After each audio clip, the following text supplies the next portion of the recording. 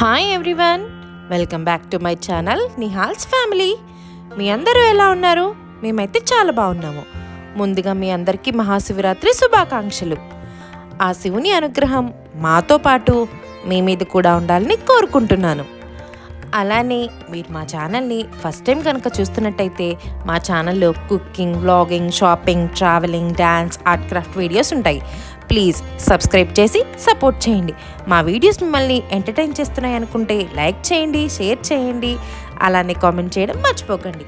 ఇవాళ మహాశివరాత్రి కదా, ఈ స్పెషల్ డేని ఎలా సెలబ్రేట్ చేసుకున్నామో మీతో షేర్ చేసుకుందాం అనుకుంటున్నాను. So let's get in to this video.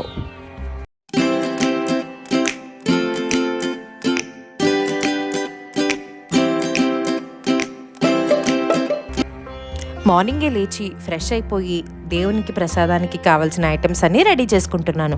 పులిహోర కోసం రైస్, అలానే చింతపండుని నానబెట్టుకున్నాను. పాయసం కోసం మిల్క్ని వేడి చేస్తున్నాను. ఇవి అయ్యేలోపు పూజకి ప్రిపరేషన్ చేసుకుందాం రండి. మనం ముందు రోజే హౌస్ అండ్ దేవుని మందిరాన్ని క్లీన్ చేసుకున్నాం కదా. సో ఇప్పుడు దేవునికి అభిషేకం చేయడానికి ఇలా సపరేట్గా అరేంజ్ చేసుకుంటున్నాను. ఒక పీటను తీసుకుని దాన్ని నీట్గా క్లీన్ చేసి పసుపు కుంకుమ పెట్టి మిడిల్లో రైస్ పోసి వరిపిండితో ముగ్గు వేసి శివయ్యను పెట్టుకున్నాను. ఇలానే పూలతో అలంకరించుకున్నాను. ఇలా నాకు తెలిసిన విధంగా పూజ మరియు అభిషేకానికి అన్నీ సిద్ధం చేసుకున్నాను. మహాశివరాత్రి హిందువులు ఆచరించే అతి ముఖ్యమైన పండుగ. ఈ పండుగను మాఘమాసం బహుళ చతుర్థి రోజున జరుపుకుంటారు. ఇది శివపార్వతుల వివాహం జరిగిన రోజుగా చెప్తారు. అలానే శివుడు ఈరోజే లింగాకారంలో ఆవిర్భవించారని శివపురాణంలో చెప్తారు. ఒక కథ ప్రకారం బ్రహ్మకి విష్ణుమూర్తికి మధ్య ఎవరు గొప్ప అనే వాగ్వాదం జరుగుతుంది. అది యుద్ధంలా మారుతుంది. బ్రహ్మ హంసవాహనం పైన, అలానే విష్ణుమూర్తి గరుడ వాహనం పైన యుద్ధం చేసుకుంటారు. ఈ సమయంలో ఇరువురు పాశుపతాస్త్రాన్ని సంధించుకుంటారు. దీంతో భయపడిన దేవతలు, మునులు, మహర్షులు శివుని దగ్గరకు వెళ్ళి వారి బాధను విలిపించుకుంటారు. అప్పుడు శివుడు ఒక అగ్నిస్తంభమై ఆవిర్భవించి ఆ రెండు అస్త్రాలను తనలో ఐక్యం చేసుకుంటారు. అయితే ఆ స్తంభం ఆది మరియు అంతాలను తెలుసుకోవడానికి బ్రహ్మ హంస రూపంలో, విష్ణువు వరాహ రూపంలో బయలుదేరుతారు. అలా బ్రహ్మదేవుడు పైకి వెళ్తున్నప్పుడు ఒక కామధేనువు కిందికి వస్తూ కనిపిస్తుంది. అలానే మొగలి పువ్వు శివుని నవ్వినప్పుడు ఆయన శిరస్సు నుంచి జారుతుంది. అయితే బ్రహ్మదేవుడు కామధేనువు మరియు మొగలి పువ్వుతో ఒక ఒప్పందాన్ని చేసుకుంటారు. తాను శివుని యొక్క ఆదిని చూశానని అబద్ధం చెప్పమంటాడు. ఆపద కాలంలో అసత్యం చెప్పడం ధర్మసమ్మతమే అని చెబుతాడు. అలా తన స్వస్థలానికి తిరిగి వచ్చిన బ్రహ్మ తమ ఆదిని చూశానని శివునికి వివరిస్తాడు. శివుని యొక్క అంతాన్ని చూడలేక తిరిగి వచ్చిన విష్ణుమూర్తి ఇది అంతా విని బ్రహ్మకు నమస్కరించి షోడశోపచారాలు చేసి పూజిస్తాడు. కానీ శివుడు ఆ రెండింటిని వివరముగా అడిగి తెలుసుకోగా మొగలి పువ్వు బ్రహ్మ తన ఆదిని చూశాడని అబద్ధం చెప్తుంది. అలానే కామధేనువు తన తోకతో చూడలేదు అన్న నిజమును, తన మొగముతో చూశాడు అన్న అబద్ధమును చెబుతుంది. జరిగిన మోసాన్ని తెలుసుకున్న శివుడు కోపాద్రిక్తుడై బ్రహ్మకు ప్రత్యేక క్షేత్రాలు అలానే పూజలు ఉండవని శపిస్తారు. మొగలి పువ్వును పూజా విధానాలలో ఉపయోగించరాదని చెబుతారు. మరియు కామధేనువు మొగముతో అబద్ధం చెప్పడం వల్ల మొగము పూజనీయం కాదని, వెనుక భాగంతో నిజం చెప్పడం వల్ల వెనుక భాగము పూజనీయమైనదని చెబుతారు.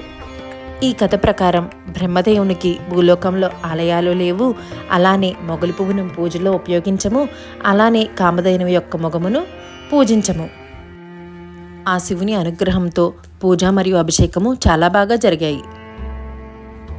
ఇంకా నైవేద్యాలు ప్రిపేర్ చేసుకుందాం రండి. మనం ముందుగా చింతపండును నానపెట్టుకున్నాం కదా, ఆ నానపెట్టుకున్న చింతపండుని ఇలా బెజ్జాలున్న బౌల్ని యూజ్ చేసి దానిలో ఉన్న గుజ్జంతా బయటకు తీసుకోవాలి. వీడియోలో చూపిస్తున్నట్టు. పూజ అయిపోయింది.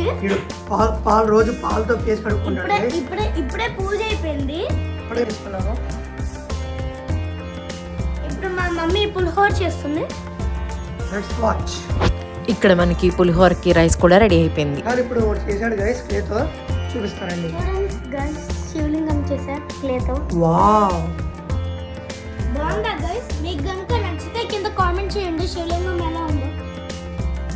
గ్రేట్. చింతపండులో నుంచి గుజ్జును తీసుకున్నాం కదా, ఆ గుజ్జులో మనం కొంచెం బెల్లాన్ని యాడ్ చేసుకోవాలి. ఇలా యాడ్ చేసుకున్నాక ఆ చింతపండుని కొంచెం సేపు ఉడకబెట్టాలి. ఇలా చింతపండు పులుసు ఉడుకుతున్నప్పుడే మనము పోపుకి రెడీ చేసుకుందాము. ఫస్ట్ బాండీ పెట్టుకుని అందులో ఆయిల్ వేసుకొని పల్లీలు వేసుకోవాలి. పల్లీలు కొంచెం బాగా వేగాలి. ఇక్కడ పల్లీలు మంచిగా అవుతున్నాయి, ఇంకా చింతపండు కూడా మంచిగా అవుతుంది. చింతపండు 10 to 5 minutes ఇట్లా ఉడికించుకోవాలి. కొంచెం మనకి కలర్ అనేది చేంజ్ అవుతుంది. కలర్ చేంజ్ అయిన తర్వాత స్టవ్ ఆఫ్ చేసేసుకోవచ్చు. ఇక్కడ మనకి పల్లీలు వేగుతున్నాయి కదా, ఇవి కొంచెం వేగిన తర్వాత వాటిలోకి పచ్చిశనగపప్పు వేసుకోవాలి. అలానే జీలకర్ర, నెక్స్ట్ సాయమినపప్పు, అలానే ఆవాలు, ఎండుమిర్చి కూడా వేసుకుని బాగా వేగనివ్వాలి.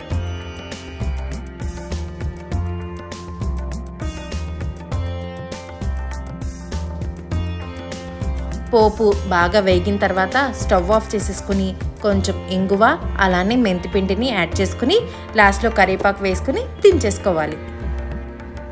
ఇప్పుడు మనం పులిహోర ప్రిపేర్ చేసుకోవడానికి అన్నీ రెడీ చేసేసుకున్నాం కదా, సో పులిహోర కలిపేసుకుందాం రండి.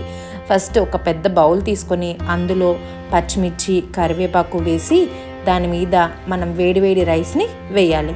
దీనివలన మనకి లోపల ఉన్న మిర్చి అండ్ కరివేపాకు కొంచెం వేడికి ఉడుకుతాయి అన్నమాట. అలానే దాని మీద కొంచెం పసుపు, కొంచెం ఆయిల్, అలానే వేడిగా ఉన్నప్పుడే సాల్ట్ కూడా మనం వేసేసుకోవాలి.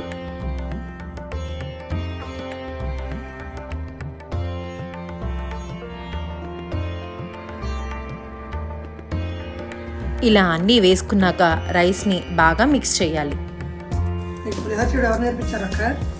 నేను ఈ పులిహోరని మా అమ్మమ్మ గారి దగ్గర నేర్చుకున్నాను. ఇప్పుడు మనం ఆల్రెడీ ప్రిపేర్ చేసుకున్న చింతపండు గుజ్జుని ఈ రైస్ మీద వేసుకుని కొంచెం కొంచెంగా వేసుకుంటూ మిక్స్ చేసుకోవాలి.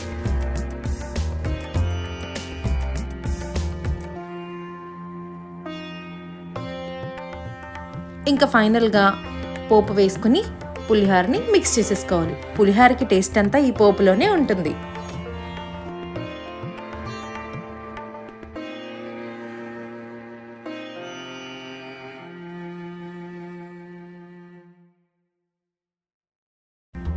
పులిహోర రెడీ కదా, ఇప్పుడు పాయసం చేసుకుందాం రండి. ఒక బాండీ తీసుకుని అందులో ఒక 2 స్పూన్స్ ఘీ వేసుకుని సేమియాని కొంచెం బ్రౌన్ కలర్ వచ్చే వరకు వేయించుకోవాలి. ఇలా బ్రౌన్ కలర్లో వచ్చిన సేమియాని బాగా మరుగుతున్న వాటర్లో వేసి ఉడికించుకోవాలి.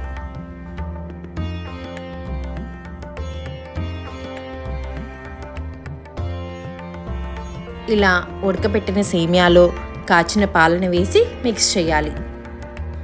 అలానే మన టేస్ట్కి సరిపడా షుగర్ని కూడా యాడ్ చేసుకోవాలి. ఫ్లేవర్ కోసం యాలక్కాయలను కూడా దంచి వేసుకోవాలి. నెక్స్ట్ డ్రై ఫ్రూట్స్ని గీలో వేయించి వాటిని కూడా మిక్స్ చేసుకోవాలి. అంతే, సేమియా రెడీ.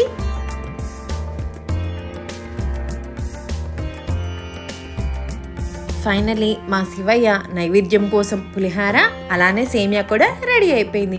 ఇంకా నైవేద్యం పెట్టేసి మేము కూడా ప్రసాదం తీసుకున్నాము. మరొకసారి మనస్ఫూర్తిగా ఆ శివయ్య అనుగ్రహం మాతో పాటు మీ మీద కూడా ఉండాలని కోరుకుంటున్నాను. Thanks for watching this video. Please like, share and comment. Don't forget to subscribe. Bye bye.